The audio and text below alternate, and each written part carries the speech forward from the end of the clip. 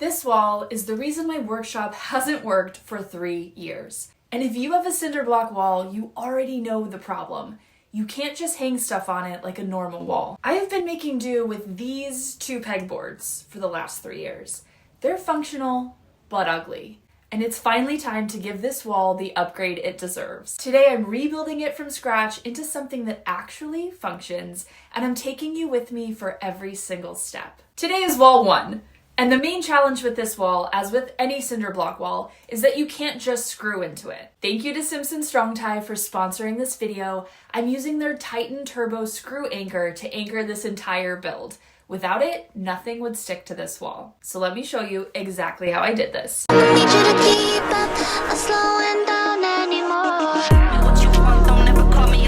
This garage has been functional since I moved in. I've been building in it, working in it, but now it's time to start slowly turning it into my dream workshop. I'm tackling it one wall at a time so it stays approachable, fits within my budget, and so I don't have to clear out the whole garage. My last workshop was my dream setup, but my style has changed a lot since then, so I'm not trying to recreate it, I'm reinventing it. We'll do a full design plan in another video, but for right now, the goal for this space is to insulate it so I can actually work out here in winter, because even with heaters on full blast, it was still freezing in there this past winter, and I'm not doing that again. First things first, demoing what was here.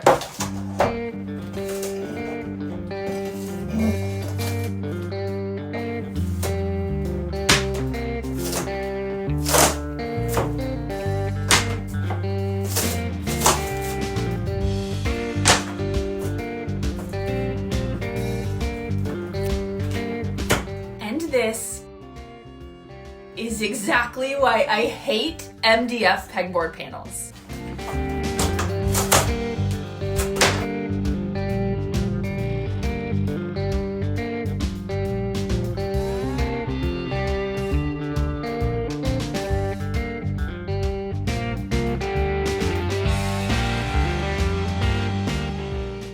This part is the worst. It's this freaking sound. Oh! I hate it so much. What is happening?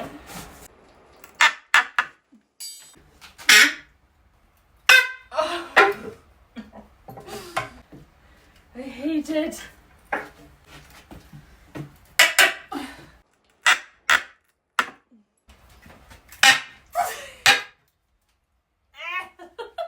Once those were down, I was left with some existing 2x3 furring strips that were already anchored into the wall. So I decided to keep these, just add some new ones where I need them, and extend the ones that were too short. Now here's where it gets interesting, and most people get stuck on a cinder block wall. You can't just screw into cinder block. You need a masonry anchor. And the one I use is the Simpson Strong-Tie Titen Turbo Screw Anchor. Here's how I put these in so that they're secure. First, I drilled pilot holes into the 2x3 boards. Next, I switched to a hammer drill and I drilled holes into the cinder block face. These pilot holes are going to help the screws anchor into the concrete, but this is super important. So you don't want to drill into the mortar joints. You want to drill into the cinder block only. And that's because mortar isn't really strong enough to hold weight, and we want to make sure we're going into the concrete.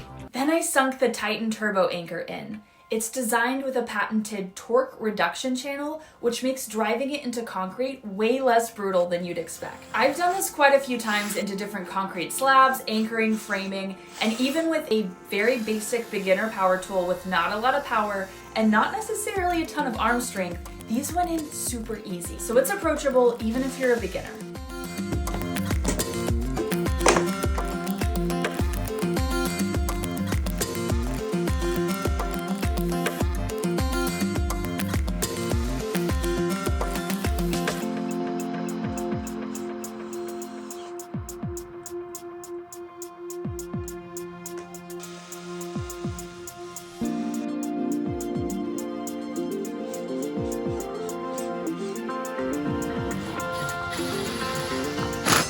Also, these are for dry interior environments only.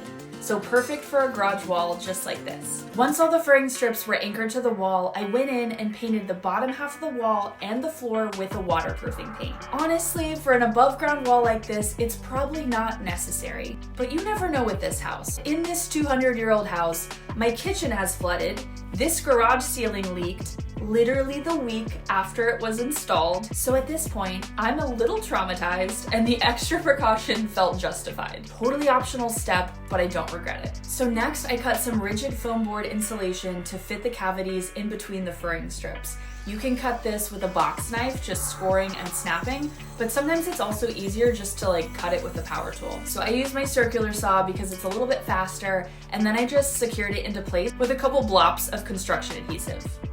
You know, like blop, blop, blop, blop. It's a technical term? Okay.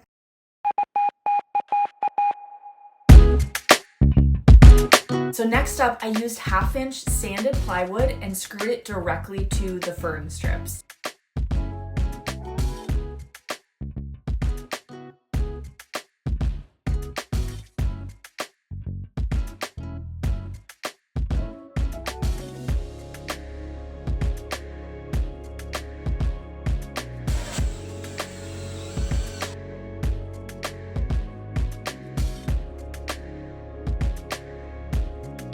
So now I can screw anything, anywhere to this wall. No more hunting for studs, no more cinder block problems, just a solid surface I can actually work with. I filled the seams and any imperfections with some wood filler, let that dry, and then sanded the whole wall smooth.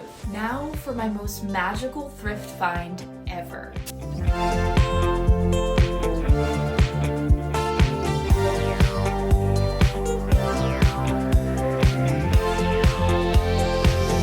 These 1800s apothecary drawers became my workbench. I moved them over to this wall and they fit perfectly, with what feels like hundreds of drawers for hardware, screws, all the little stuff that ends up in a workshop. I'm so excited for storage and character in one piece. Wait, what was that? Oh, just the chicken. Except that I don't have chickens. Bye-bye. For shelving, I kept it simple. Shelf brackets screwed right into the plywood, which is exactly why we built this wall the way we did. They went in so easy, exactly where I wanted them. No hunting for studs, no trying to mess with cinder block. Just screw it in wherever you want. For this space, I'm trying to repurpose a lot of what I have. I had some 2x10 boards just sitting around in my shop, so I grabbed my circular saw and cut a jagged edge along the side of each of them. And not only does cutting these loose and freehand mean you don't have to measure or try to get these straight, it also gives this sort of faux live edge. And if you're a woodworker, you know how expensive real live edge wood gets. So this is a fun way to turn basic, cheap framing lumber into something that looks sort of elevated, because this is a workshop space. It's not like my actual house where I'm gonna spend tons of money to make it look good. This is a good hack for getting an elevated look on the cheap. I stained them dark and that was it. 2 shelves, done.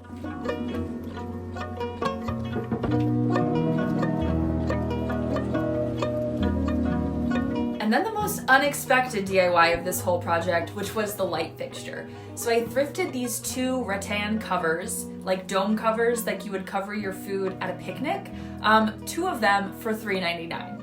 I know, so exciting. I combined them with a multi-socket rope light, just popping the sockets through the rattan covers and using some hot glue to secure. And bam, just like that, custom pendant lights. The total cost was under $30 and it completely transformed the vibe of the whole space.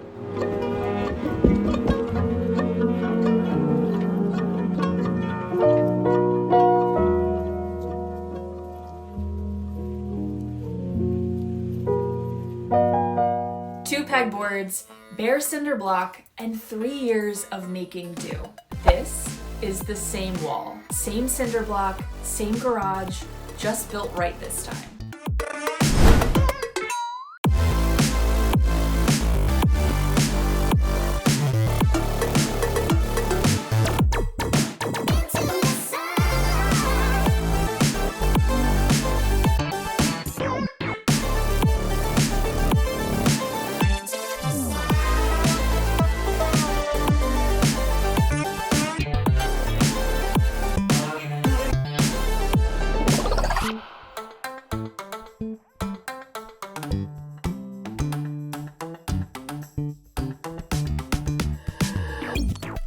I'm gonna make a whole design plan as I evolve this space, but for right now, this is pretty dang good for using what I had and making things actually functional. And not gonna lie, I'm kind of loving this texture-heavy wood wash look. There's no painted color accents, which is probably a first for me, but I kind of like it. So should we keep it? Let me know in the comments below, and watch this space evolve by hitting that subscribe button. And if you've got a concrete or cinder block wall that you've been avoiding, go check out Simpson Strong-Tie's full line of connectors. I'll link everything I used in the description below so you can grab what you need to get started. Thanks for watching. See you in the next one. Now I found the flow. I'ma need you to keep up, not slowing down anymore. What you want, don't ever call me a side. You know what I want, girl, I'm tryna make you mine.